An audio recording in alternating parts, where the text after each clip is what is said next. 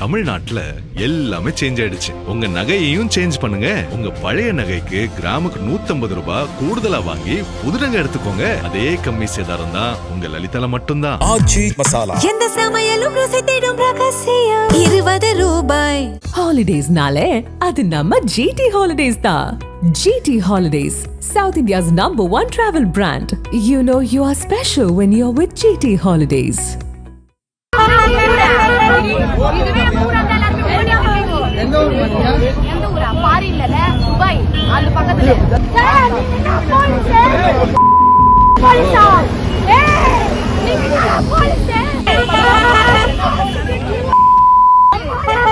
இளம்பெண்கள் இருவர் அதீத போதையில் சாலையில் அலப்பறை செய்த வீடியோ வெளியாகி பலரையும் அதிர்ச்சியில் ஆழ்த்தியிருக்கிறது.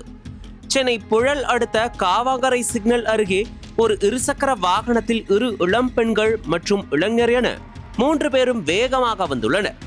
அப்போது இருசக்கர வாகனம் கட்டுப்பாட்டை இழந்து முன்னே சென்ற வாகனத்தின் மீது மோதியுள்ளது. அதனால் இரு தரப்பினருக்கும் இடையே தகராறு நடைபெறவே அந்த இளைஞர் அங்கிருந்து தப்பித்து ஓடியதாக கூறப்படுகிறது.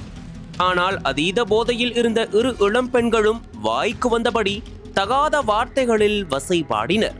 சாலையில் போவோர் வருவோர் என அனைவரையும் காதுகள் கூசும் அளவிற்கு தகாத வார்த்தைகளில் அர்ச்சனை செய்திருக்கின்றனர்.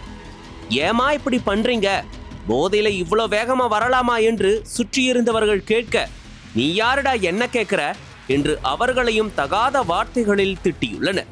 நிலைமை இன்னும் மோசமானது. இரு பெண்களில் ஒருவர் சாலையில் இறங்கி என் மேல் ஏத்துடா வண்டியை என்று அராஜகம் செய்துள்ளார்.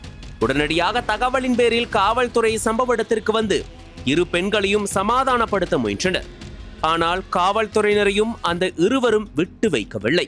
நீ எல்லாம் என்னடா போலீஸ் என்று தவறான வார்த்தைகளில் பேசி காவல்துறைக்கே எச்சரிக்கை விடுத்தனர். இதனை அங்கிருந்தவர்கள் செல்போனில் வீடியோவாக பதிவு செய்த நிலையில் தற்போது சமூக வலைதளங்களில் வேகமாக பரவி வருகிறது. இளைய தலைமுறையினர் போதைக்கு அடிமையாவது பல்வேறு சமூகம் சார்ந்த பிரச்சனைகளை உண்டாக்கும். இளம் பெண்கள் உள்ளிட்ட இளைஞர்கள் போதைப் பொருட்களுக்கு அடிமையாவது குடும்பங்களை சிதைப்பதோடு சாலை விபத்துகள், பொது இடங்களில் அராஜகம், குற்றச் செயல்கள் ஆகியவற்றை அதிகரிக்கிறது. இது தனிநபர் சுதந்திரம் அல்ல, சமூகத்தின் ஒட்டுமொத்த பாதுகாப்பையும் பாதிக்கும் ஆபத்தான போக்கு.